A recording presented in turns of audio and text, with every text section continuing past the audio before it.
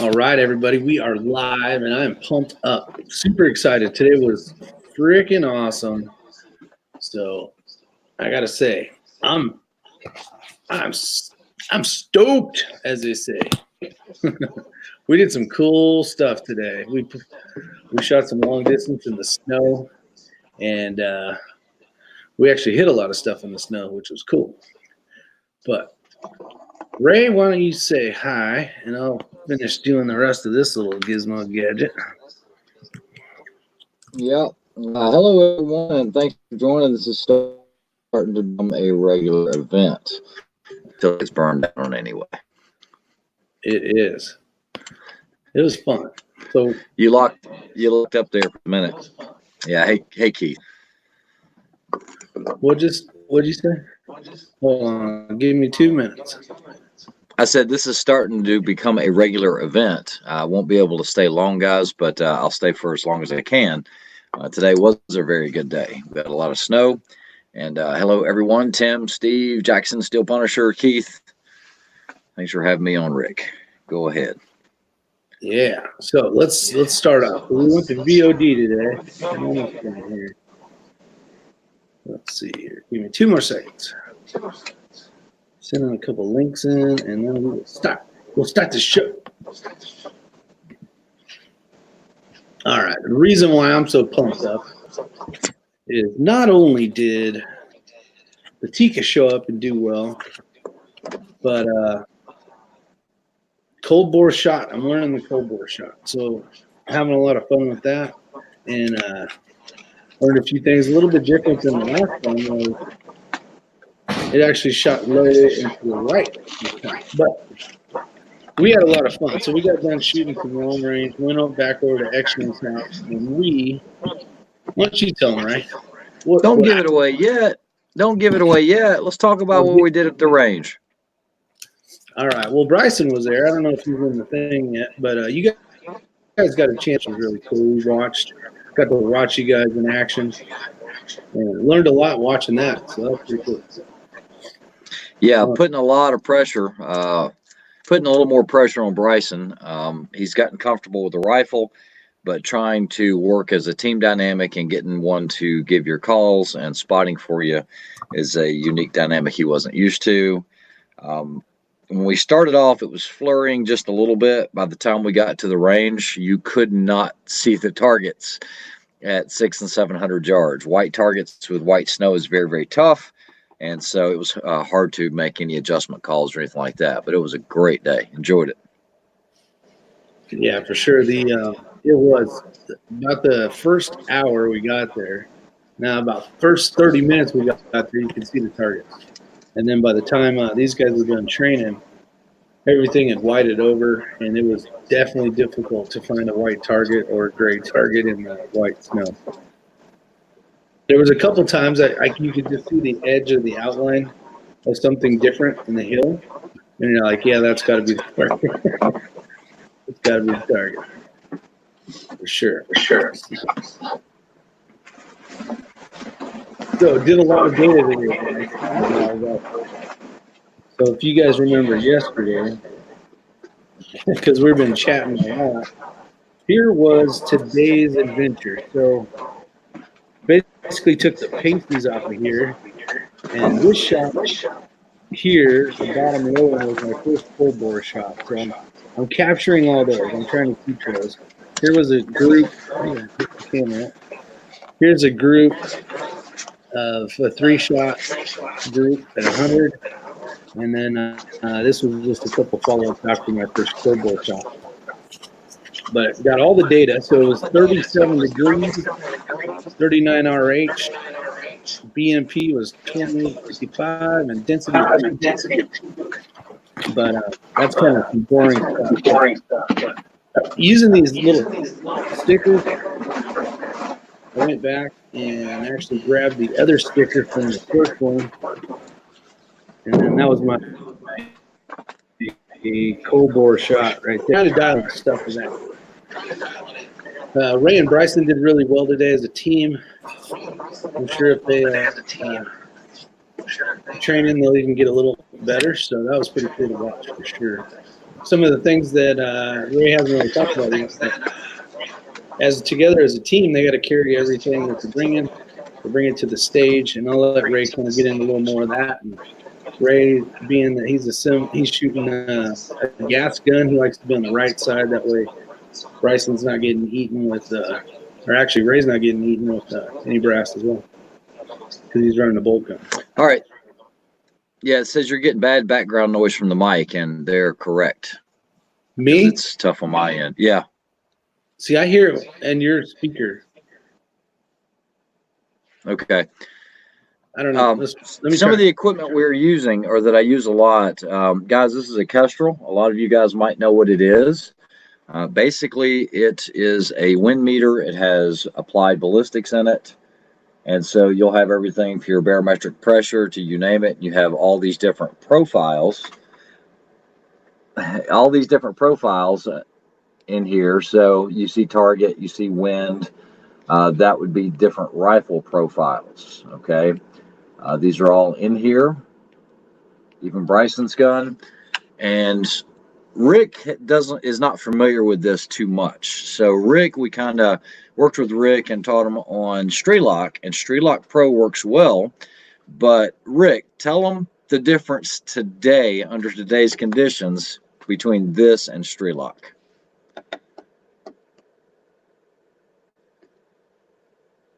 I can't hear you. You're muted. At 700 yards, see, I can hear that coming through your mic. I don't know. At 700 yards, what the heck is it? It was 5.02, so basically a hold of 5. On Strelok, it was 6.9. Huge difference. And guys, the reason for that is because Strelok, the way he's doing it, can only go on a station pressure that might be, 15, 20, 30 miles away. We had that big weather front moving in, and so I guess it had not gotten it yet. So they weren't getting all that big pressure change, and it made a huge difference in his dope chart. So that is occasionally and almost $500. But the beauty of something like this is, let's say I'm shooting at the coast of South Carolina and I'm at 200 feet of elevation or 100 foot of elevation. And then tomorrow I jump on a plane and I go out to Colorado. This is going to figure out my air density, altitude, and everything else. And I'm going to have a much higher percentage of getting those first round shots right off the bat. Let's say you're at 8,000, 9,000 feet, and this will take all of that into consideration. It's great to know how to use this stuff, and it works well, but you need to understand the fundamentals and understand how to do it in a dope book and have a dope book with you. You guys might hear the term dope a lot. Basically, it just means data of previous engagement. That's where that came from. So Rick is starting to build his now with all the different temperature scales and everything else as soon as he gets it. But batteries never go bad on written paper, so it's always good to have. But yeah, somebody can just buy one of these and they're an instant long range shooter. Well, even with Strelok, so I took all the readings off of here that we got off the Kestrel, added them to Strelok, and that's what I ended up with.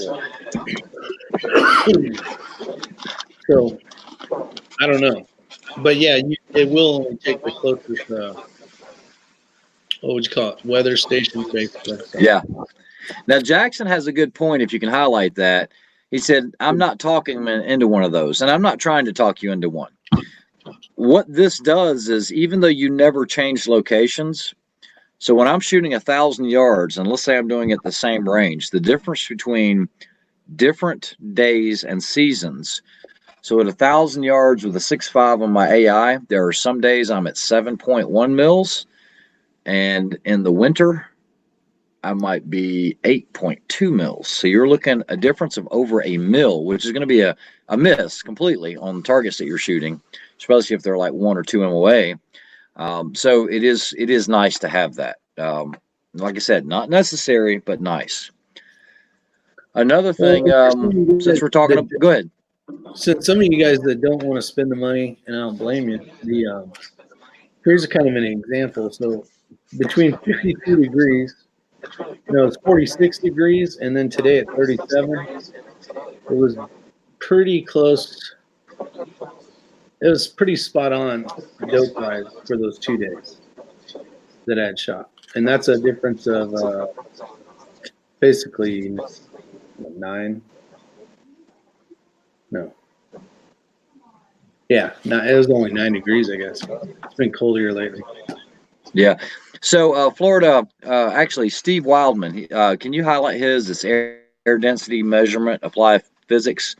Yeah, that is exactly right. And that one of my analogies that I always use, if any of you guys are pilots out there, you have your fixed wing, air density. You got to figure that out for how a plane is going to fly through the air.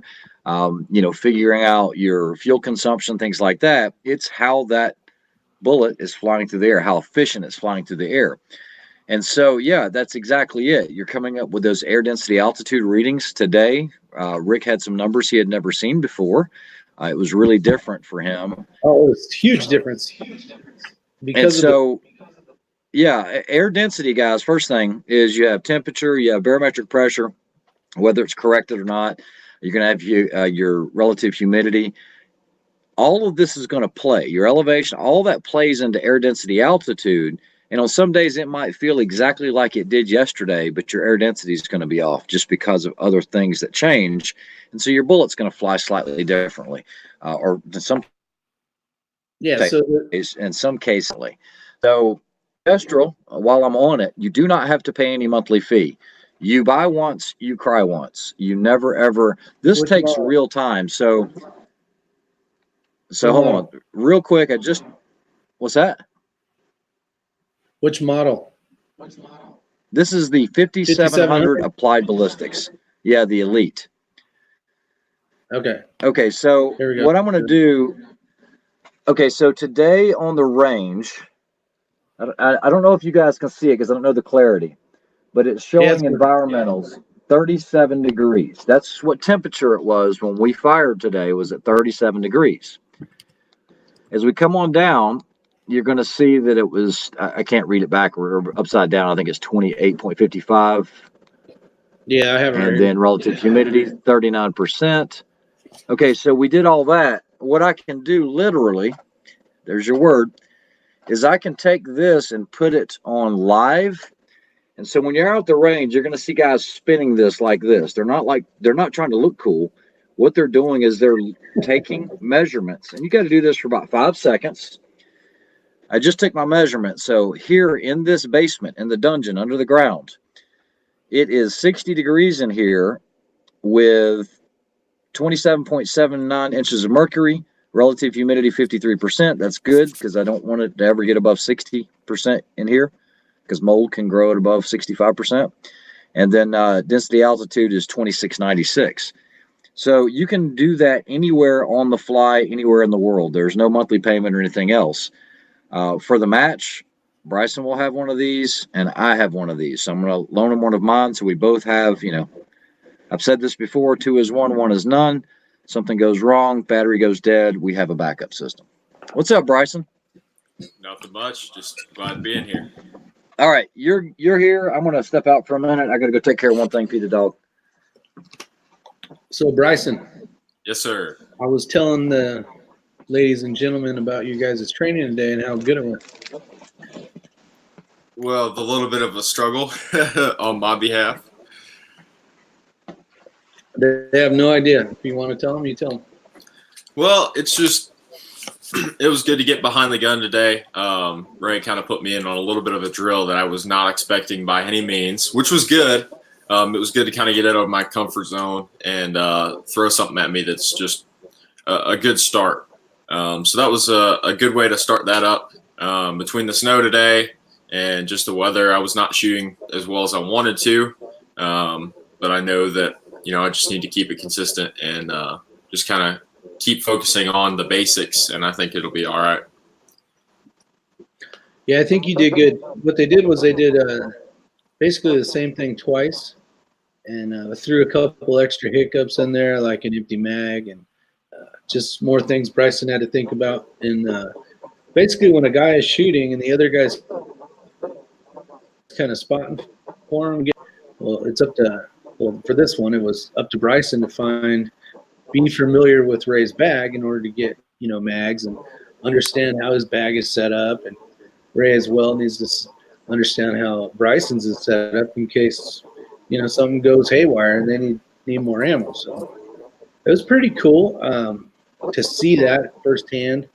We did take some video of it, so you probably see that in parts of it in the upcoming video. So, but it was really neat to see. It was really neat to see from just being out and watching how a team of two can work together, and how the second time it seemed to go a little smoother in some areas and that kind of stuff. It was pretty neat.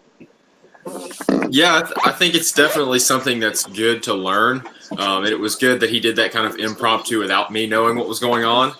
Yep. But it was also one of those things where I'm like, oh, crap, I don't know what to do. So you kind of jump into that and learn something from it.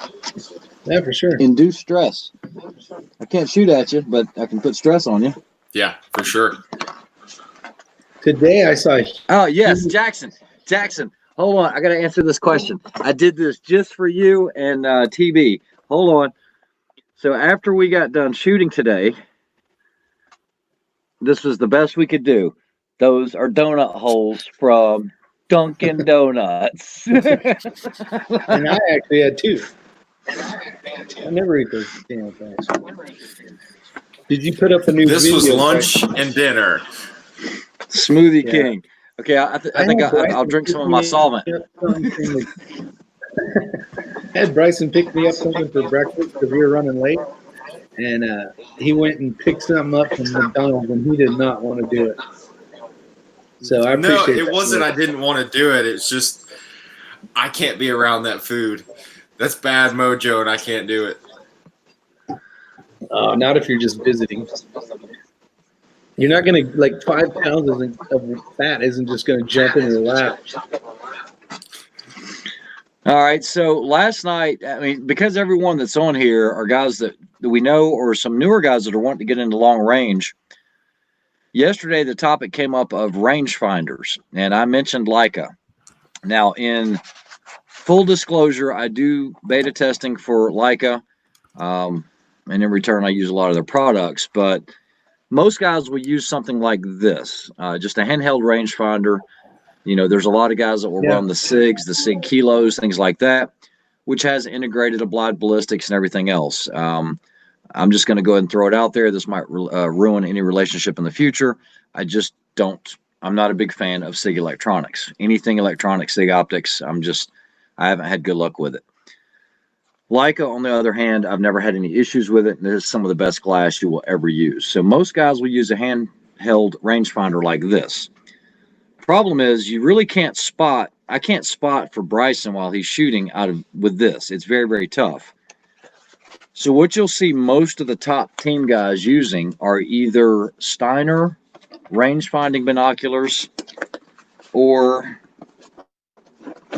you will see guys using these. These are Leicas, and they are range-finding binos, probably some of the best glass you will ever look through.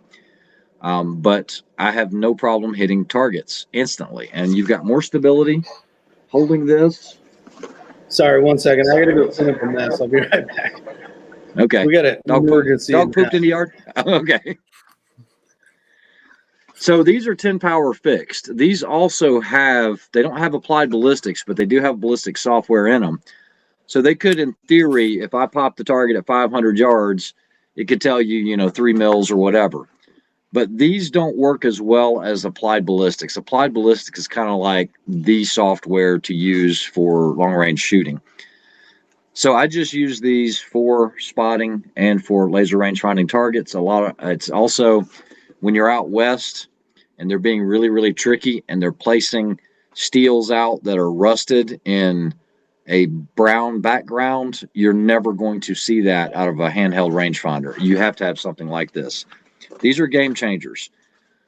Price point of these are not cheap. You're going to end up spending $2,500 to $3,000 on something like that, but they are game changers, and guys will be running stuff like that. So just so you know, I just wanted to share some of that equipment with you. Yeah, the Leicas are really interesting. Yeah, the difference between stereo when you've got stereoscopic viewing and looking through just a scope is completely different. When I told Bryson they were 10 powers, he was like, "Are you serious?" The other thing is you can see trace extremely well with a set of binos. Even today, I was watching trace, even though it was snowing. It started to let off a little bit when Bryson left, and you could just watch the trace and just watching it coming straight into the target. If he was hitting or missing, it didn't matter. You can spot it a lot easier. Sometimes I will actually put that in a hog saddle. I'm not going to grab one, but a hog saddle is just a clamp that goes on a tripod. Typically, I use like a really right stuff tripod, and it's got an Arca Swiss and a Picatinny mount on it. But we have a setup where we can lock these binos in there as well. So far, nothing has been cheap. No, that's exactly right. They are not cheap. And I think I just mentioned the price. I think we're on a little bit of a delay, but $2,500 to $3,500. They have a new one they just introduced that I'm supposed to be getting next week, I believe. And I'll end up sending these back to them. So it's good stuff. We don't have a host, so Bryson, you got to do some talking. Oh gosh, what? Got to put it on me. What are your thoughts on shooting in the snow and how much harder it is to shoot in low visibility versus clean visibility? Try shooting at night. That's even better. It does make a huge difference. When you're shooting in fog or snow or anything like that, even rain, trying to use rangefinders, number one, in fog, where you're going to get something that's refracting, or snow, typically your rangefinder is not going to work. So that's when you need to fall back to those basics of knowing how to range your targets based off of your reticle. Guys, I put some videos up on how to do that. It's pretty simple, but just remember, if you're mill-based, use 27.77 or 20.78 as your multiplier. And then if you're using an MOA, it's still the exact same thing. Just make sure your reticle's good, but your multiplier, your constant's going to be different, and that'll be 95.5. Homer six.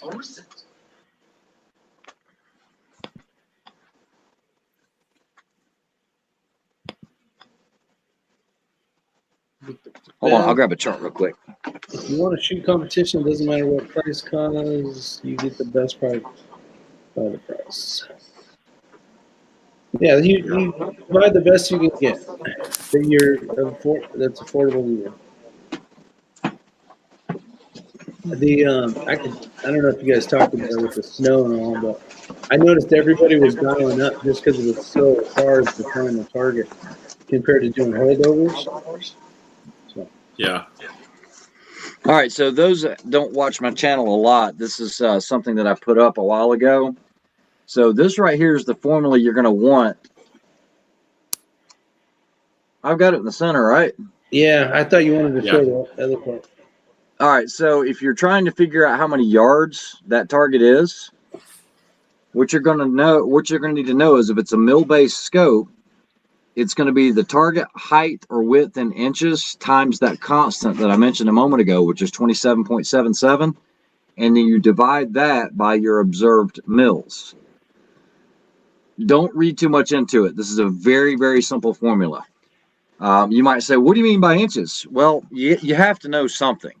Okay, you got to know if that's a 10-inch wide target, or you'll take an average of 18 inches on the shoulders on a man-sized target, or 12 inches on the head, something that's a known, and you'll just multiply that times that constant, and you'll divide that by what you read in your scope. Now, this gets into a whole nother subject because you either need to know if you have a first or front focal plane scope or a second focal plane scope.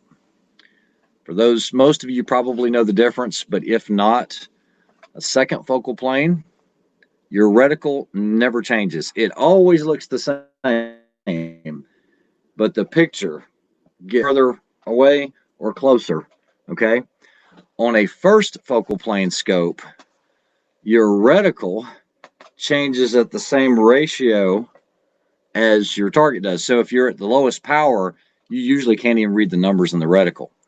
On the highest power, it's going to look like this, and you got just tons of stuff everywhere in front of your face. Yeah, Doug B, 3 nights in a row. Wow. Yeah, so it's good stuff. And so if you have a second focal and you're trying to range your target, you're going to need to be on max power usually, or what the manufacturer says that it's calibrated for, which is usually max power. First focal, you don't have to worry about that. And so that's how that works.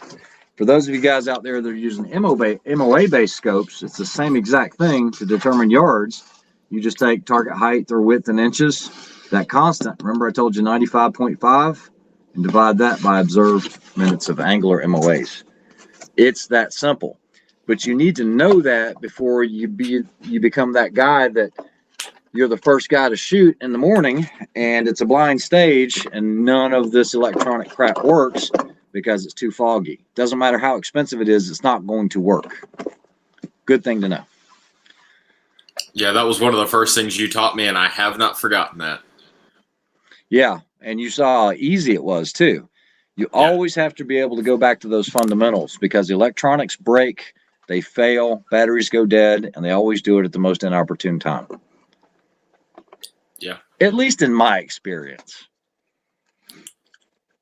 I would say in mine as well. It's just luck of the draw, and it never works out. Yeah.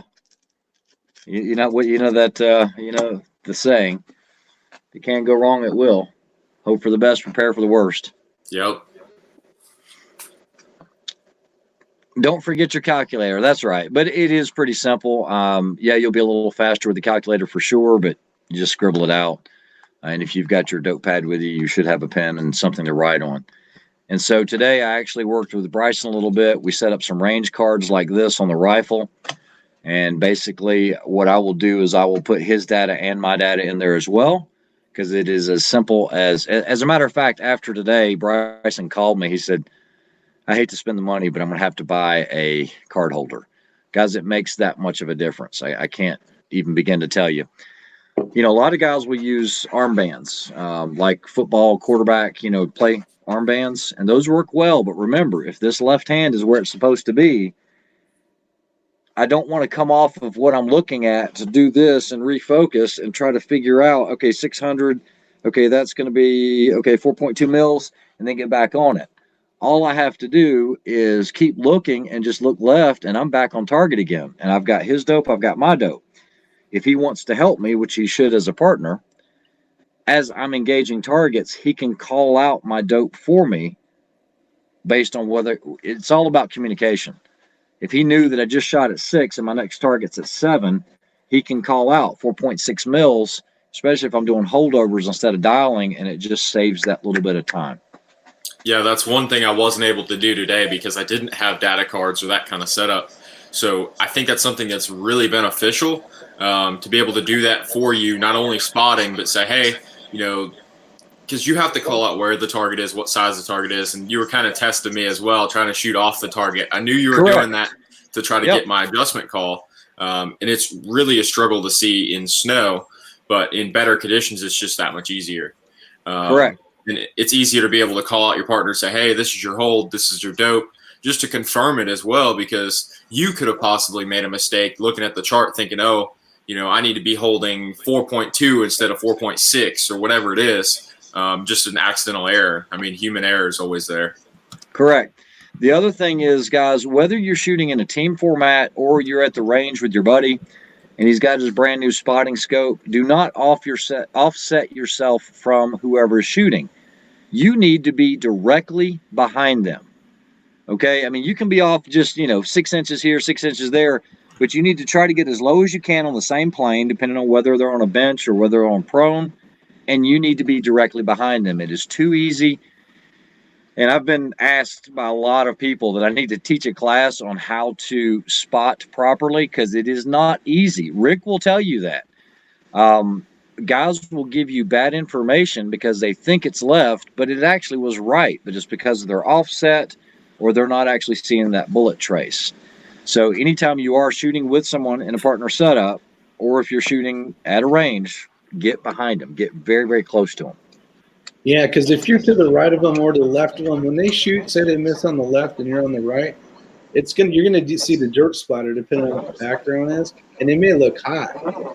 Oh, you're just high. You're just high. Yeah.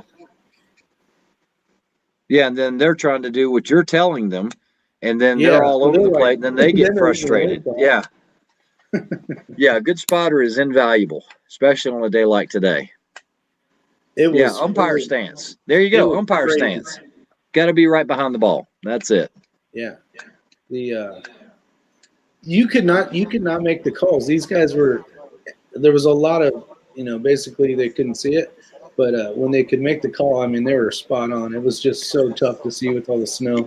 Today was one of the hardest because it was coming down there for a while. Yeah. You just couldn't see anything. But Rick learned, and I didn't even tell him because it just became natural for me. You use the snow to help you determine wind. Yeah. This is something that's very, very important, guys. So if you're trying to read wind, and let's say you're in a place where there aren't many physical indicators, okay? Let's say it's more barren or it's just freshly tilled, and you don't have any trees. It's in the fall, and you don't see leaves or branches or any of that other stuff. It's going to be really hard to know what the wind is doing. So I'm sure you guys have always heard about mirage. You guys have seen it going down the interstate. You're driving and you can kind of see this mirage coming off the road, and you'll get mirage in the wintertime. There was mirage today. What you need to do is you need to actually change your focal point in the scope. Don't just always look at, let's say, 700 yards if that's a 700-yard target. You can change the focal point on the scope or even in your rifle scope for the parallax to where you're looking for that mirage, and it will give you indicators of what it's doing, and that gives you a lot of help with the wind. So today, make a long story short, Rick finally started paying attention to the snow because he'd see the snow falling this way, and then it would switch out, and then it would fall this way. I was shooting left edge for a while, and I'm all, wait a minute. The wind's going the wrong way. So it was really cool shooting in the snow. Yep. It was a lot of fun. Very difficult, and we made some great shots. Bryson, you missed out on the best shot of the day. What'd you do? Okay, so after we did all this, had fun, kept hitting the 700 and all that kind of stuff, we took a knife, a Kershaw knife. We're going to do a video, but don't want to give that away yet. Don't give it away yet. Oh, I'm going to give it away. 100 yards, shot right through the blade. Not sideways, but like that. Right. That was sweet. Yeah. Okay, so we've got Eric back in here. Now, Eric was on yesterday, and Eric, I can tell, has done a lot of studying or done a lot of long-range shooting.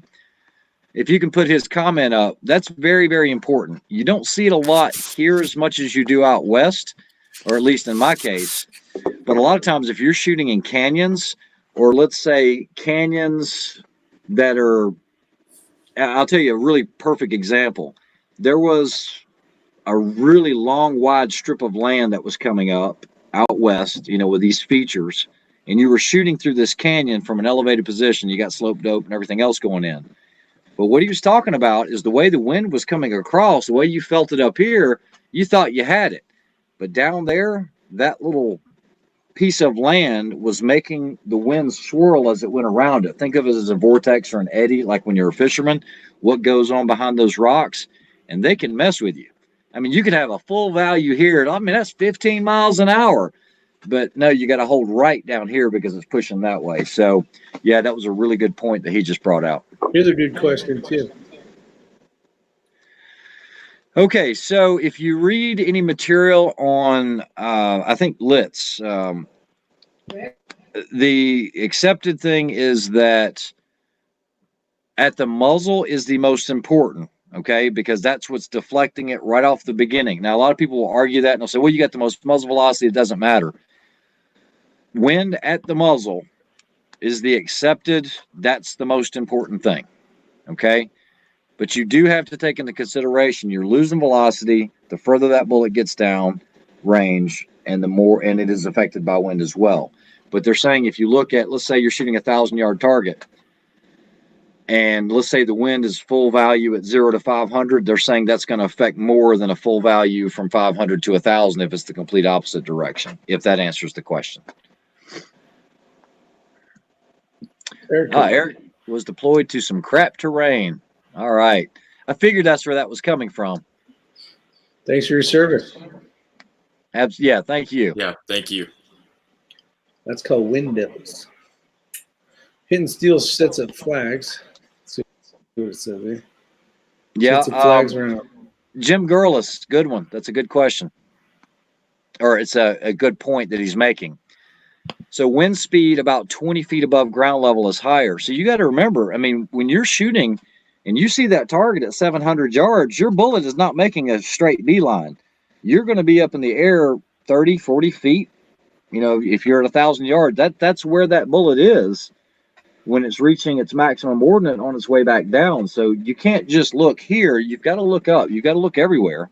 And those will give you clues or indicators on what the wind's doing. We can only guess as best we can, and experience comes with that, or that comes with experience, unless you buy those new Trigicons. Yeah, that's only good at 500, though. Maybe a little more. 500 will tell you a lot. Yeah, I don't know about $8,000 worth, but it tells you a lot. Telling you that 1 foot what you're going to shoot at. Yeah, that's kind of cool. The technology. Well, I wonder what that's going to cost. What, $6,000? 8,000. There you go. Did he say $8,000? I don't know if you saw that video or not. Who's seen that video? Yeah, I saw it. Not you, fool. We're talking about the people out in the chat. Daniel. How you doing, buddy? I got a Borka tool set today. I had to pay for it. And I'm super Of course. I'm not giving those away. I got to pay for those as well. What kind of friend are you? I'm just totally kidding.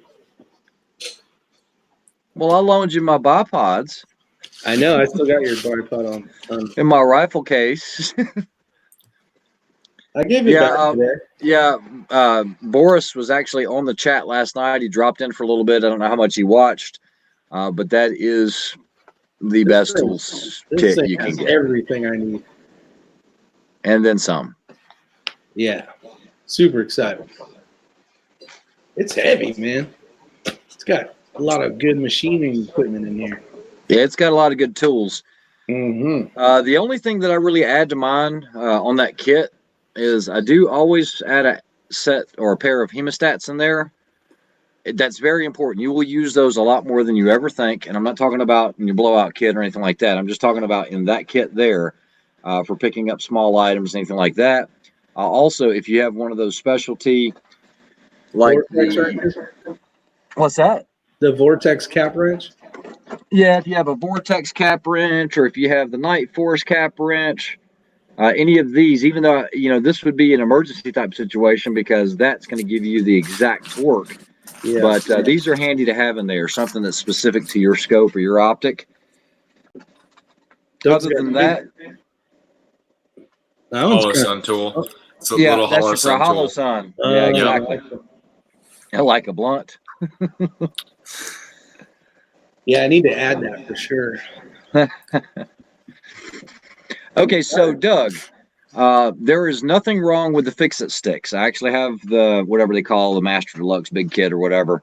That is a very versatile kit, no doubt about it. And there are some things in there that make it a little more versatile for things like, you know, working on a 1911 or a front sight tool or something like that. The Borka is really more for a hard field use, deployments like mission related type thing for very precision numbers. The Fix-It sticks are decent on the numbers, but the way it works with the cam system and the little gear in there, it's not going to last like a Borka will. I know that for a fact. Yeah. There's lots of reasons to be excited today. Lots of gongs, hitting out the 700. Yeah. 500, 550, 650, 7. Finally found the 600. I think after you left, Bryson was there. He just couldn't see it because of the snow. All right, guys. So yesterday we were talking about we took a knife and we shot it with a 40 cal and we split the bullet by hitting the edge of the blade. Not difficult. You guys have seen it before. But we started talking about what do you do, or would it be possible to hit it with a 6.5? Now remember, we're taking a very pointed bullet, hitting a very pointed blade. Now I think I called it, but this was attempted today. But my call was, and let's hear what you guys think happened. Did it split that bullet a little offset, or did it break the blade, or did it do something completely different? I haven't seen the video. Well, that's what I'm asking. Let's ask it for everyone out here. Oh, The bullet would blow up. Hey, Doug B., if you are serious about a Borka kit, email me at thexringchannel@gmail.com. All you need to say is I'm interested in a Borka toolkit. Put your first name, last name, zip code. That's all I need. Then you're going to go to shooterstools.com. That is the Borka Tools website. Place your order. I'll have already submitted your information to him because he doesn't discount anything. But if you go through me, since I'm an authorized sales associate, I'm actually the only one for Borka. I will basically pay for your shipping. You will not find that deal anywhere else. They are never on sale.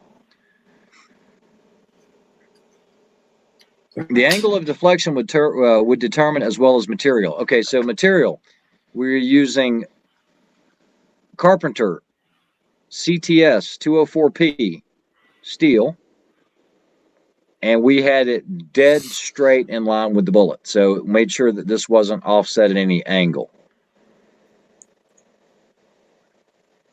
Everything would disappear like magic. Man, that would be like dividing by zero. God. Wait a minute. Who held the knife? A pair of vice clamps. That's what held the knife. Because I'm sure as heck not going to hold something downrange.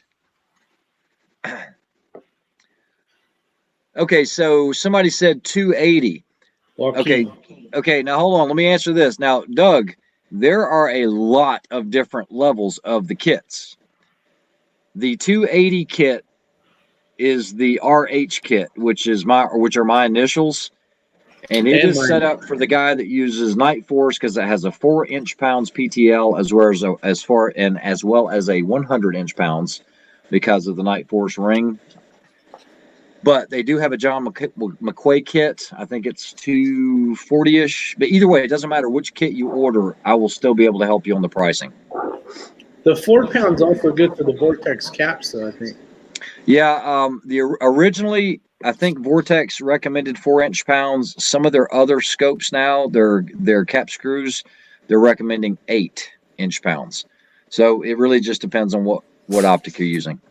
The one I did the video on, that is 280, but like I said, I will save you some coin on that. So all you got to do is email me, first name, last name, zip code. He wants the kit you just did the video on. Yeah, that would be the one that you have in your hand right there. That would be the 2020 RH kit. So, Vanna, what have they? That would be Raimundo Hernandez kit. Raimundo Hernandez. That also comes with 2. You've seen the kit. You know what it is. But like I said, that's as high as end of a kit as you can get. That's 100. And I might be wrong. Hey, Shay. No, that's 100. Yeah. The other one's 4. So anyway, yeah, we'll move on about the kit. Anything else y'all want to talk about long range? What happened? Answer the question is. Okay, so I'll go ahead and tell you because I have the slow-mo footage of it. The video is going to come out shortly. I told them that the velocity of the bullet will be such that it will destroy the blade. It will literally snap it in half. Because think about it, guys. If you take a 6.5 Creedmoor and you hit a T-post or anything like that, it's going to do one of two things. It's either going to snap the blade completely in half, or it's going to take it and remove a bunch of material. Well, it ended up just destroying it. It basically broke the blade in half, and it made the bottom look like a little can opener. It was almost a perfect can opener. Did you take any pictures? Yeah. Yeah, I don't have the can opener. I got it for. What did I do with the metal? You probably left it out of the range. Probably. Ain't nobody got time for that. Yeah. Where's it at? I had a feeling it was going to shatter. That's just the amount of pressure you put on it. Too much energy. Who cares about the freaking blade? I shot it the first round at 100 yards. That's the important part here, people. Well, you're printing groups like that with your Tikka at 100, so it should be pretty easy to do that. There was pressure. You were, hurry up, my camera's on. Oh, listen. You know what? You got to do the same drill I did and then talk about pressure, okay? Don't even. Blah, blah, blah, blah, blah. I'm having fun. Hey, Shay. Thanks for stopping by. Yes, today was not my 204P day. is a great steel. It holds an edge very well, but it can be brittle. That's exactly right. I don't think it was 204P though. It was a Kershaw blade. And no, that wasn't 204P. No, because we didn't do it with the Microtech. Sorry, my bad. This is a 204P. Yeah, that's going to be AUS 8 or so. It's Kershaw. Come on, that's made in China. That's probably pot metal. It was a great knife. Was a great was. We actually wanted to test it first before I tried to do it on a Microtech. Oof. But what was cool was we put a jug behind it, so like I could see it if I missed it, just in case. And that thing said, "Kaboosh." Man, that freaking 6.5 Creedmoor hit the vinyl juice at 2,700 feet per second. Goodness, God. Is that knife covered by warranty? Yeah. No, it is not. That was fun. And then we shot the side of it. So after we turned the blade into a bottle opener, Ray clamped it like this, and he's like, "Can you hit this?" And I'm like, "Of course I can hit that. I just hit the freaking edge of a knife." Yeah, that was a fun day. I actually finished up the video comparing the Thunder Beast bipod to the Atlas BT46 LW17. It's a good review. It really is, because it does show you the difference, and those are premium bipods. I do get it. I understand. But I did some demos on deployment with legs, extensions, and everything else. So I just need to upload that. I'll make that live tomorrow. Got a good comment here. Joaquin likes that Microtech made series. I appreciate that, because that was something that was put on me out of nowhere, and that's one of my job responsibilities. I have to do a video a week for Microtech. Yeah, too bad you're there every day. There's no warranty with Rick and Ray on any knives. Yeah, they've seen those videos. Actually, I had a comment today. They're all, "Hey, Rick, can you do torture test?" Come on, I didn't answer. I'm already working on that. I have one coming. I'd rather do a direct Delta. What's that? Hey, you're coming in on my coattails. You wouldn't even have those knives if it weren't for me. It don't matter. You already got enough subscribers. Okay, so what's a good non-premium bipod? I'm going to tell you, a Harris bipod is a great bipod for if you're talking about non-premium. And so we're talking about something that, are we talking about something that's less than $100, not $300 like an Atlas or something like that? I don't have any experience with any of the Caldwells that are kind of like a knockoff of a Harris. Just whatever bipod you get. What's that? Don't get the Caldwells or any of those. I played with them once. Make sure it has the ability to cant. Okay, I don't care who it is. Make sure it can cant. Well, because they got some carbon fiber ones that were at the shop today. I was like, but it didn't have the right mount for me, or I would have bought one to try it out. It was like $129. Yeah, see, hitting steel, he's been shooting a lot off of his range backpack. Bryson did that today because I set up something that was an extremely difficult position.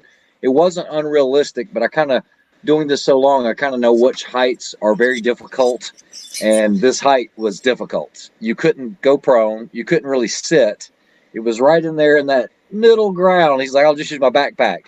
And, of course, his backpack fell in the hole, Right. and so he lost his backpack.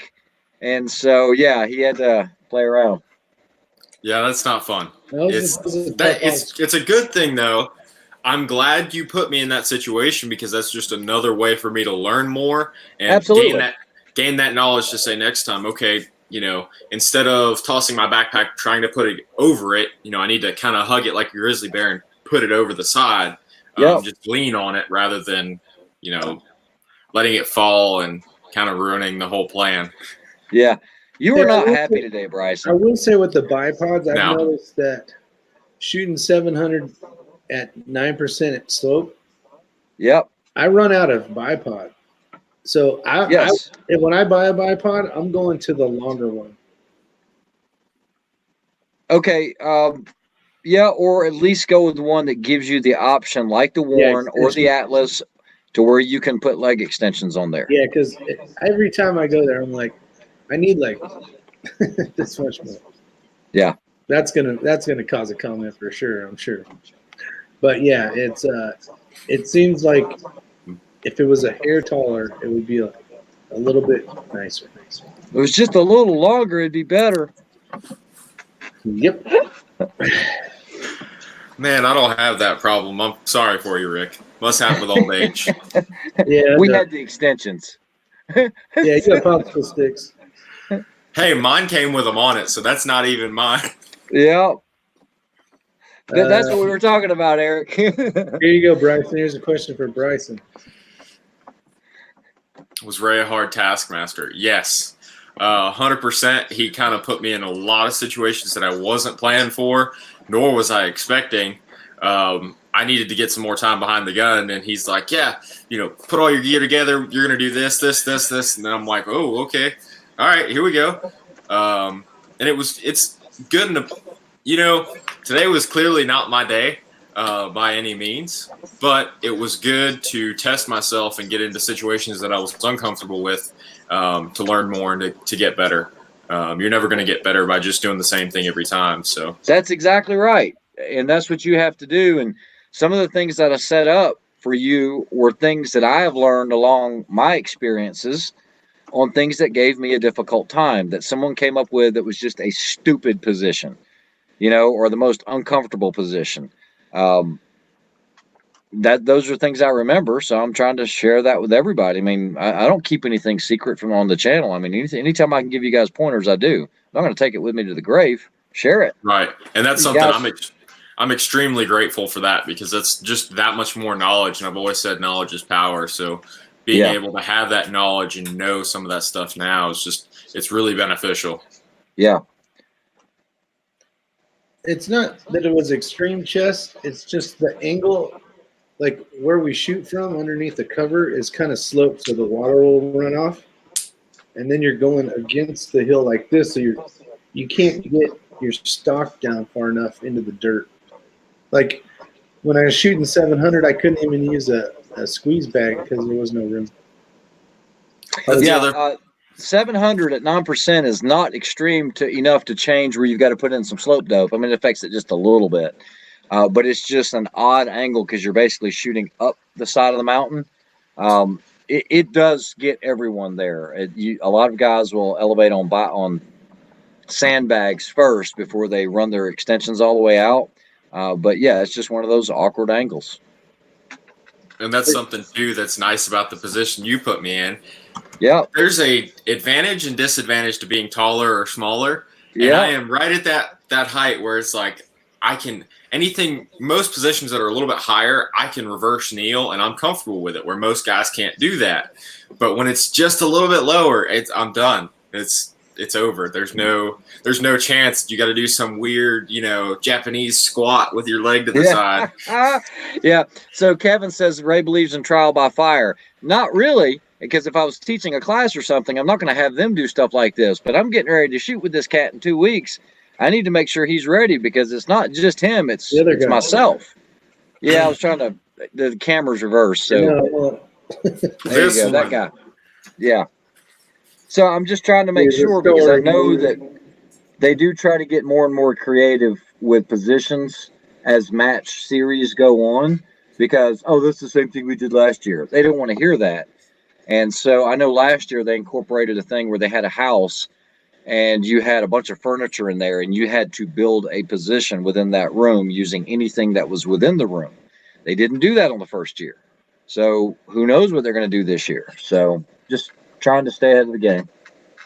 It's not the first time I've ever shot from an awkward position either. That was something that I've shot from those tires before. I've shot from, weird wobbly stands, pieces of wood, tables, chairs, all that kind of stuff. Or just leaning off of a post or whatever. It's just expanding that knowledge of doing so many different things so that when I show up to a match, it's not something random. You can have 10 different items out there and chances are I've shot from at least one of them. And that's a benefit having that knowledge over somebody who might not have done that, who might have just shot from a bench or just shot from prone. You've got that upper hand knowing, hey, if this is a little bit wobbly, here's a trick I can use or, a way to stack this. Yeah, so that's a good point. But there was somebody that asked a question. And I try not to miss questions. Someone had asked a question, are there any events for beginners for long range? And I want to say every competition is going to be tailored for a beginner shooter. However, there's a bigger caveat with long range than there is something like, let's say, 3-gun, because the same applies to 3-gun or USPSA. You still have to be somewhat proficient at doing what you need to do. So like at 3-gun, you might not be great at shotgun. It might take you forever to load it. That's no big deal. But you can't show up at a USPSA match and at 10 yards you can't hit a target. Okay, you have to have a certain level of proficiency. So with that, I would not show up to any type of RS team match unless you've at least shot past 600 yards and can hit those targets in between there regular. They don't have to be 1 MOA targets, but as long as you can hit in that 500 to 600 range, I think you could go to any class, any event, and have fun. But what you don't want to do is not be able to hit a target at 200 yards. Fair enough? What do you guys think? Or 500 in the snow with wind. Yeah, that's not fun. Hey, I wasn't calling you out. No, I called myself out. Today was not my day. You did decent, Bryson. You learned a lot today, which was the important thing. And if anybody's talking madness on T, I will boot you out of here. Don't think I won't. Okay, so I hate to do this in a public forum, but I'm going to do it anyway. So, oh God, I'm a huge proponent of Black Hills. Okay, oh. Black Hills, 262, all this other great stuff. I went out to the range about 3 weeks ago, and I could not buy a shot. Okay, I couldn't. I don't know what was going on. Black Beauty was not cooperating. Okay, it was kind of like Bryson today, but I actually have a reason. So usually when I buy from Black Hills, I'm direct with them. I've got a great relationship with them, and I order a lot of their ammo. Especially the 77, the TMK. And I got a brand new lot, a big case that just came in. And this is what I always shoot. And I want you guys to take a look at those primers. You see that? That's what it's supposed to look like. Well, I went out to the range about 3 weeks ago, and Rick knows this because I was hot. I don't even know, Cam. Oh, he was so pissed. I was like, I do not know what was going on, but I could not hit anything. Something's wrong with my rifle. I'm going to take the scope off. It was one of those. I wasn't even near it. So this is what came out of that Black Hills box right here. I've never had this happen. I want you to look at these primers. Do you see that? They are all purple. They're purple, like a purple marker. Except for those two that are red. Well, that's actually, they're all that purplish tint, some more than the other, but it's every single round. This was one box out of that case, and my rifle will not shoot this stuff. Everything else, same lot number. It's all perfect. But that's what it was. That's how many rounds I shot that day out of 50 rounds. And so I've got to give them a call because I don't know what this is. And then you shot, what was that rifle you shot when you were thinking that Black Beauty wasn't going to be the one? Oh, the one that I won at the Sniper's Ultimate? The one that I won when I won that competition? That is a full Roscoe built rifle. It was one of the trophies for the match. And that's a purebred barrel. And I was going to switch to that rifle because I was so upset that day. I mean, I thought maybe the barrel was just seeing its day or something. I don't know. Yeah, he was mighty upset. Caliber, that's actually 5.56. It's if you guys know what like the Mark 262 round is or anything like that, Black Hills actually makes that, and it is a heavy, hot round. Best 77 grain you can get. Yeah. It's not the most accurate at, let's say, 100 yards. If you want to shoot, the tightest groups you've ever shot out of your AR, there are much better offerings. What this is going to give you is that distance and the velocity with a heavy bullet. If you're trying to do tight groups, the best stuff I've ever found has been a 69 grain weight bullet for just insane groups. That just seems to be the hollow point. What's that? Sierra Max boat tail hollow point. Yeah, depending on who's loading it and what the load is. Yeah. Some of my best groups with a 223 or anything has been with that 69 grain. Hey, Tom. Hey, Steve. Pill weight, 77. TMKs, Tip Match Kings. Let's see. Yeah, about 100 rounds at least. I want to do a group, but it's a 77 grain Hotel Hollow Point by Hornady. So I want to see how this goes. Yep. Should do pretty good. I played with some of that stuff for 3-gun. How did it do? It did pretty well. It was really accurate, but I couldn't justify the cost over time just because of the price of the Defender 69 grains. Yeah. It wasn't cost effective for me. I was better off to just get the 69s, and it matched up with the Swarovski so much better. Yeah, and I bought these just for one rifle, that my long range 223. They grouped really well for me, but I just wasn't really impressed after about 300 yards, just because I've been spoiled with the Defender 69s. It's just they're so consistent and just work well with my reticle. Yeah. So Eric asks a really good question. I doubt you two guys can answer it. I could be wrong. Do you guys know what Alco bullets are? No. The manufacturer. Nope. No, I don't buy anything like that. I actually don't even buy the burgers. I'm typically going to be I only know about this stuff through talking through Kenneth Ty with Eagle Eye Shooting. He's done some stuff with Alco. Typically, because I have a relationship with these guys, I'm usually going to be shooting Black Hills or Hornady. You can still do both because one might not provide something that the other one is providing. But I do a lot with Defender, Black Hills, and Hornady. So that's kind of what I stick with.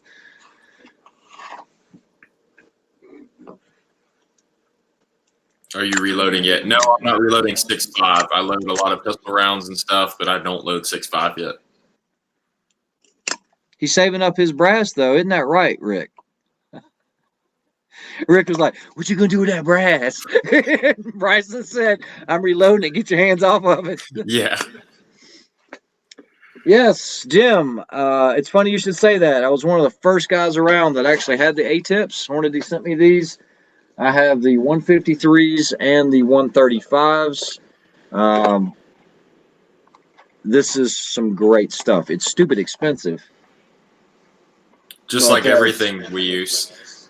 Yeah, but I will tell you this. True, guys.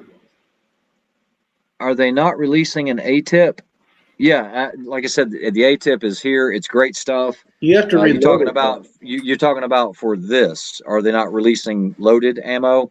It wouldn't surprise me if they are. I haven't talked to Hornady guys about that.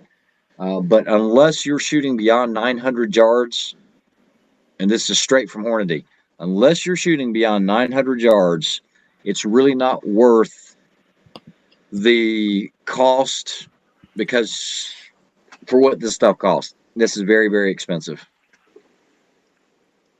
I mean, you're probably going to have the cost in the bullet of what it's going to cost you to reload a full 147 ELD on your own.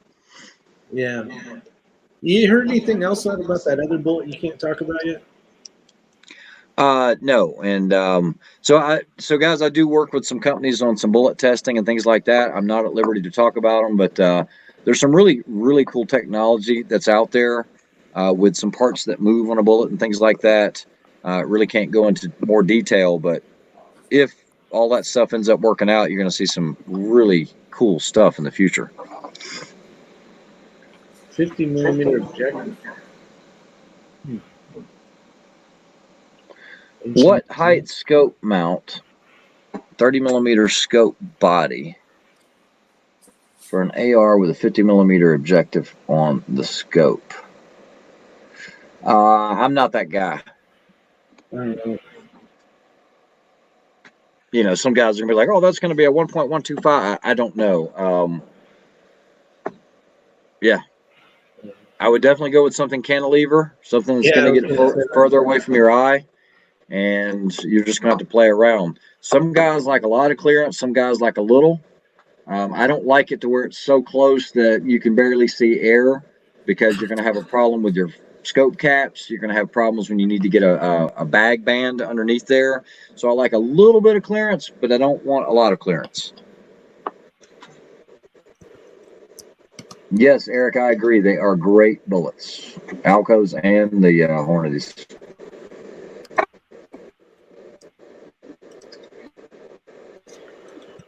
Got to give a little TB a shout out here. All right, Mr. Host, you're letting it go dead. Oh, it's going to be fine, people. Don't worry about it. All right, here we go. So we got F3 machine. Didn't have contact info, so I could call and ask. Yeah, you'll just have to go to Eagle Eye for that or look on the website. They have a website, right, Ray? F3R? Yeah, there's a website. Yeah. Yeah, I've been stalking them. Have you? Yeah. I Says have. X-Ring, we all know that you have been shooting for years. What was your first experience with scopes?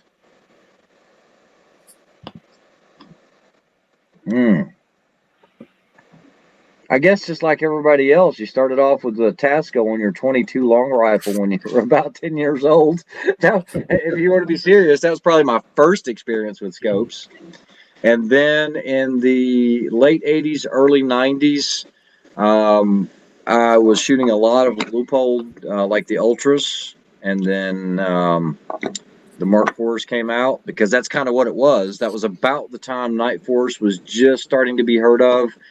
And, you know, the thing back then is, you know, Night Force also owns a company called Light Force. They do off-road lights for vehicles and things like that. They also own Horus now as well, or the rights to Horus. But, yeah, Night Force was just coming on the scene. They were like, oh, it's this company from Australia, and it's for hunting at night and all this. And my very first experience was one of those on a Knight's Armament SR-25. And then I've just been kind of a diehard Night Force guy ever since then. But I have used everything from Schmidt and Benders to you name it, I've tried it. And I just keep going back to Night Force. I think it's a good scope for the money. Yeah, better. What other questions we got out there? Don't go to their website. Your bank account will hate it. Okay, so that camera bullet video, that was a fake thing. That wasn't a legitimate. Yeah, that was an April Fool's thing, I think. Yeah, it was. They came out with a public statement that was not legit. I don't even know what you're talking about. Yeah, they did a thing for April Fools where they actually showed a bullet where it could see all the way to impact and everything else.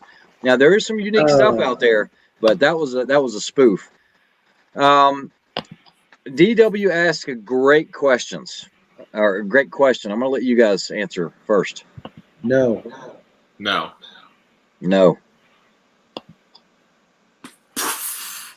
If it is if you're using a quality company with a good name to it, most of that stuff's going to be squared up anyway. I know what they are. I know KB's been playing around with it, did a couple, and he's like, "Oh, there's an edge here." But if you're using something like JP receivers or anything like that, it's coming off the machine. It's going to be been have checked for square. There's something more important, like 1,000 shims. Yeah, well, okay, so I don't always share that with everybody, but since he just blabbered it to everybody, I didn't say anything, but I'm kidding. Shims. You don't have to worry. Hold on a second. Don't be giving away all your secrets. Okay. Not before the match. Don't give them time to fix their rifles before the match, Ray. Let's do this. I need every advantage I can get. Well, these guys aren't shooting the match, so there's something that I usually do, and you guys know from building ARs, you take a barrel and you put it in a receiver, an upper receiver. Some of them you kind of have to push in a little bit because of the Type 3 mil spec, how thick it is, the barrel fitment for the receiver extension. Some of them you have to kind of bang in. That's what you hope for anyway. And then others, they just drop right in and out. I don't like any slot between my receiver extension and the upper receiver. So without grabbing anything or showing you, shim stock is your friend. It's an old armorer's trick from way back in the day, and you can cut that and figure out how much you need to put on there to where you're literally press fitting that thing in. You don't want to press fit it in. A lot of guys will also use some chemicals in there to kind of bond things, and from what I've seen, using that in about 42 foot-pounds for your barrel nut, that's where it's at on an AR. If you're using good everything. You said that 43 pounds, people. You should write that down. 43 pounds. There's been a lot of tests done with that. So if you've got one of those handguards, you guys better hey, make sure you get over to his channel, and that's right. You can't die with all the knowledge, right, Ray? Well, you can, but what good is it? You try to share it. So, because we've all been there. We bought that one handguard that has that one barrel nut that you got to go just that much more, and you're about 70 foot-pounds, so you can clear the gas tube. That's not good for, it's acceptable, but that's not going to be your most accurate setup more than likely. Yeah, that is some really important information for some of you guys. If you, I am honestly, I'm very surprised he gave you all that good information. There goes my chance at first place. Yeah. Okay, 5th place. Hey, the good thing about shooting with people that shoot better than you is you learn a lot of stuff. The bad thing about shooting with people better than you is you're probably not going to beat them. But it's all about the camaraderie and hanging out. That is true. It's all about the donuts afterwards, really. That too. Don't forget the donuts. Just nixed me out of this, man. Well, you just go to Dairy Queen. Oh, you did. Oh, he went there. Let me show you something. All right. Sorry, buddy. All right. These little pros. I got you. I know. U.S. Mississippi CGN 40. All just power. Joaquin, there you go, my friend. And she has to buy the donuts. And we used to do this competition when I met Ray. He worked at a gun range for a while. And he'd be like, hey, you want to play for points? We'd go out there gambling. I made so much money with these people. I know I was going to lose money, but it was worth it. Yeah. All the learning I learned. Now look, Today was a good day I didn't bet. I'm shooting blade edges at 100 yards with a pointed projectile. That's pretty good. Yeah, look where you're at now. No. Oh, this is awesome. Okay, so the Night Force Torx fits a 20-year-old Microtech SOCOM Elite. It's the same Torx. It's that little mini Torx. You believe that? I've got my tool for my knife. Yeah, the rest of everybody doesn't have a 20-year-old, so Yeah. can't use it, which that's pretty cool. It works. X-ray. I got Krispy Kremes near me. Next time you're Yeah, where Eric said he was what, South Carolina? I don't know. Maybe you can answer again. I thought he said like Spartanburg or so there was someone from what Spartanburg, Simpsonville or something like that. Yes, Daniel, I DQ'd at the Pro-Am this past year that Rick decided to bring up. I fell very gracefully, about as graceful as a train wreck, but that's okay. Okay, hold on. You talked about this yesterday, so this is public knowledge now. It was public knowledge before. I posted the pictures in front of I Dairy know, Queen. so don't be making it my thing. All right, so Eric, I'm actually from Charlotte originally, and I go to Coda's all the time. So yeah, maybe we could all get up one day. Get on up. Get on up. Which scope? But yes, I DQ'd at Pro-Am. I just had a crappy situation. But you got ice cream, so I didn't really care about the ice cream after what happened. But. No, so I'm going to tell you what happened, guys. I'm going to go ahead and explain this to you. So we were shooting out of this little bird box. There was the hunting what? There was a hunting hut or something like that. And we were engaging targets with our ARs out to, I think the furthest was 600 and some change or something. You had to ground your rifle, grab your shotgun, and you had a plate rack and a whole array of steels there. But here's the ground. There was a little depression. Well, old Bigfoot there didn't see that depression, and it body slammed him. He come out of the tiki hut, threw his rifle down, grabbed his shotgun, boo, boo, boo. I mean, cleaned the rack. I mean, like, it was like, and then that big old size 38 foot went in that hole. And it was a muzzle slash I was getting up type thing, and they said muzzle broke the 180. That's what it was. Yeah, and it was kind of questionable there a little bit because I asked why I was stopped, and I was not given a reason why I was stopped, and I was told that my muzzle broke the 180 after I was stopped, which I don't agree with, but I had to be a man about it and take it. But yeah, I won't ever live that one down. It's behind you, buddy. It's behind you. Oh, yeah. All right. TB had a good question. It's up on the board real quick.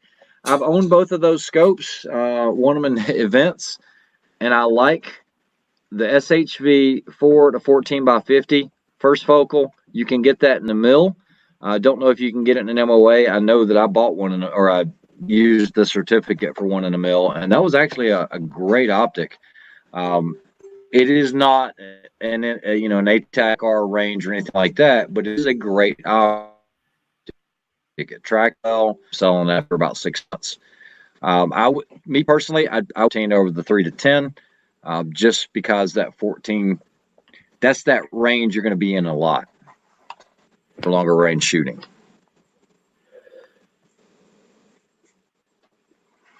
No, he does not have a two-tone blade on that, Bryson.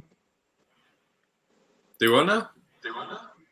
Someone asked if your SOCOM has a two-tone blade. Is that two-tone or is that stonewash or satin? No, it's satin. Yeah. Might have been the light angle, Kevin. Did you see that question? He's already lost it now. Yeah, we are up the hill. We're in the mountains. Yeah, that was old, man. That was from a long time ago. I think he meant air density altitude there. Yeah, so not a two-tone. Nope, just satin.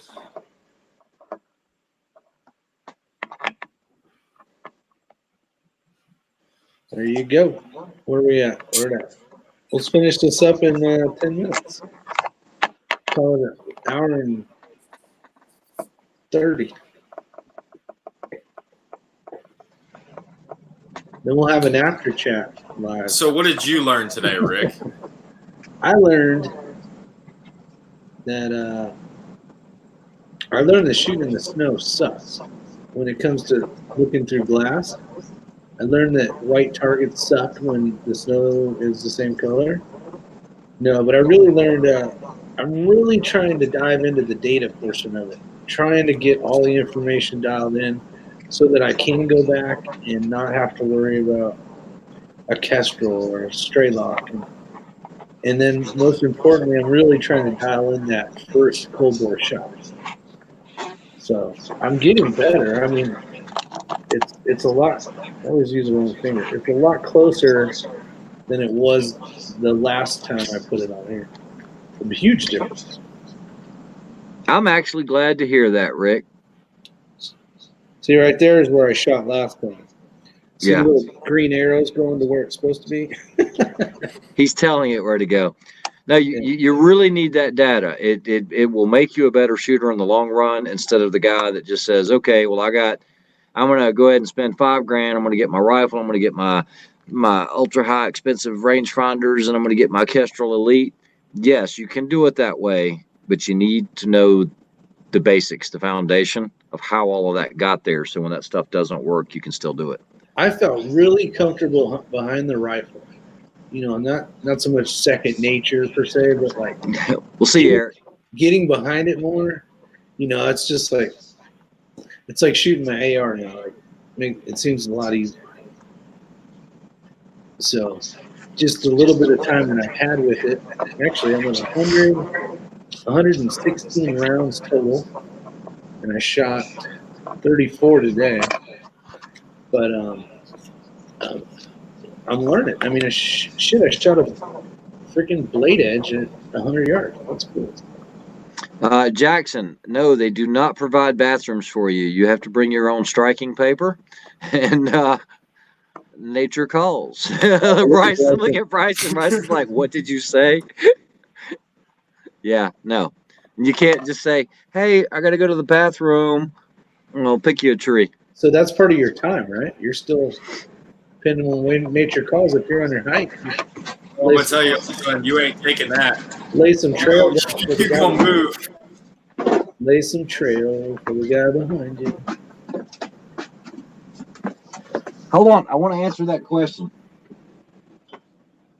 Okay, so DW, have you heard of Aero Precision ultra lightweight 30 millimeter scope mount?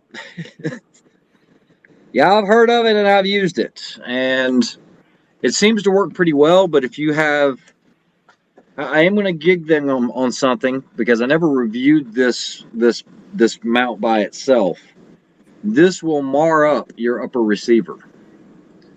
I don't know if it was just machined incorrectly or whatever, but whenever you clamp it down to the proper spec, it will leave marks on your upper receiver, and I hate that. So, yeah, it's really lightweight. The way they do the interlocking, I don't know if you guys are going to be able to see it with the resolution, but the top clamp up here is actually it's like a slip joint like this that pulls on itself, so there's no screws up here on the top of it. And then all it's held on with are the screws here at the bottom. You see that? And so basically it just clamshells around it. I like the system. It seems to work, but I didn't like the fact that it marred up my upper. And it's been on two different guns, and they both did the same thing. Oh, okay. Actually, I have two of these. The other one's on Sam's rifle. Oh, got it. Yeah. Is it underneath the rail of the Picatinny, or it's like it's that part clamping in? It actually mars the top of the 1913 and also on the side. Okay. Yeah. Oh, it takes the finish off. So yeah, I'm not happy. Yeah, that's not good. You're supposed Unlike to mount something it? like the Warren. The war? Yeah. Mario Mosen, how you doing, buddy? Ray is bored. We got 6 minutes. We're gonna head on out of here. No, I'm not bored. I just know you're getting ready to. I know you're having Ray taking You under got your more wing is like questions? cheating. We got 35 people that probably want to. Let's do a vote. No, I was thinking about one other thing, real quick.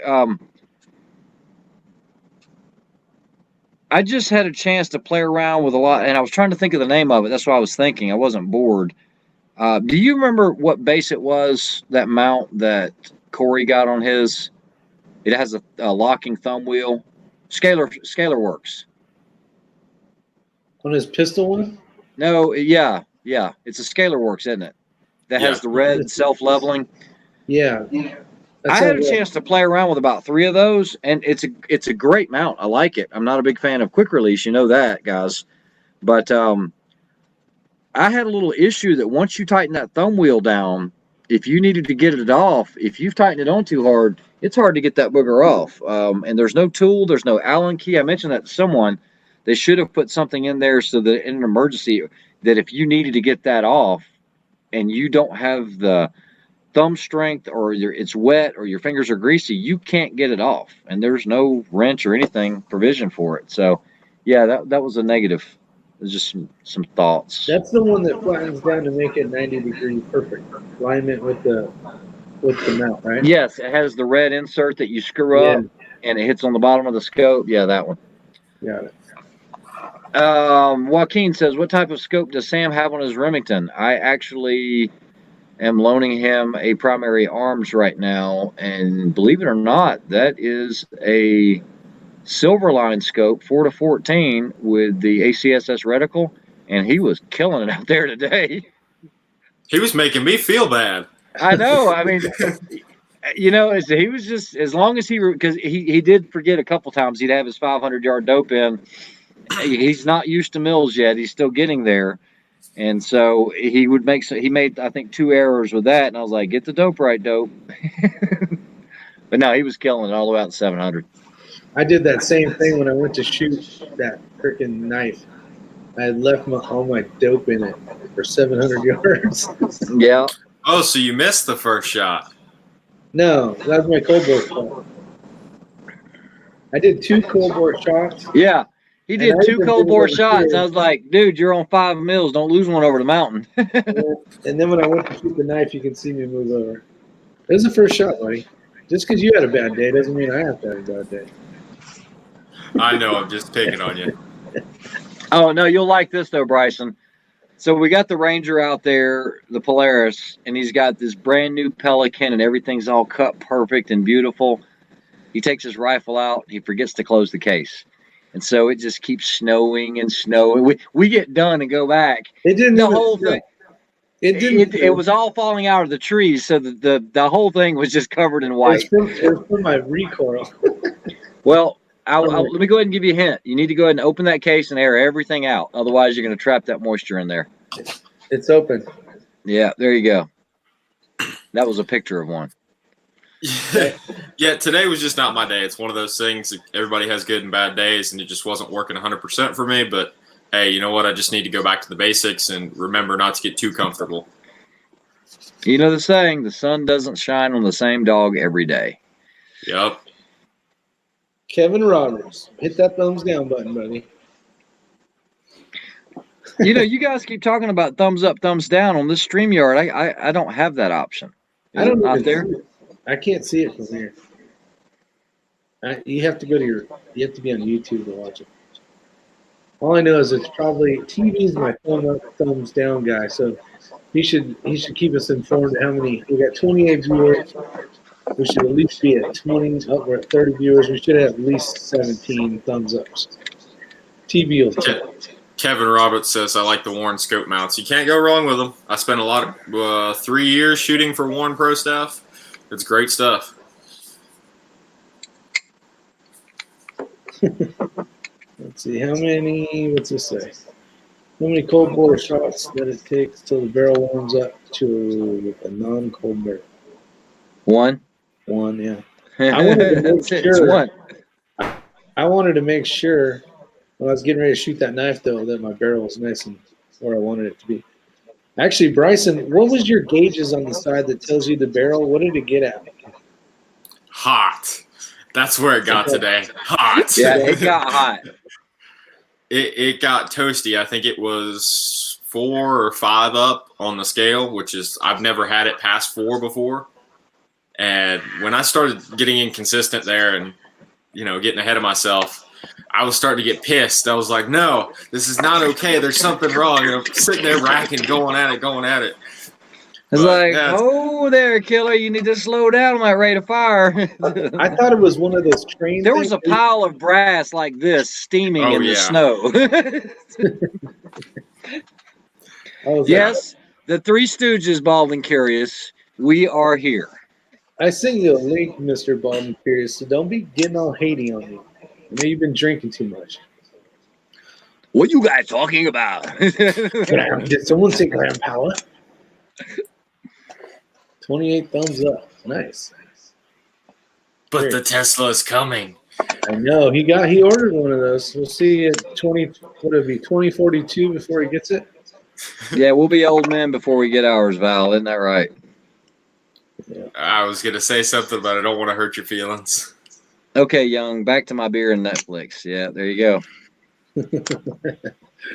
You guys have a love-hate relationship. All right, it's 1:30. Get into All Tesla. right, amigos. I appreciate it. What's going on here? Are you guys bored? Let's get out of here.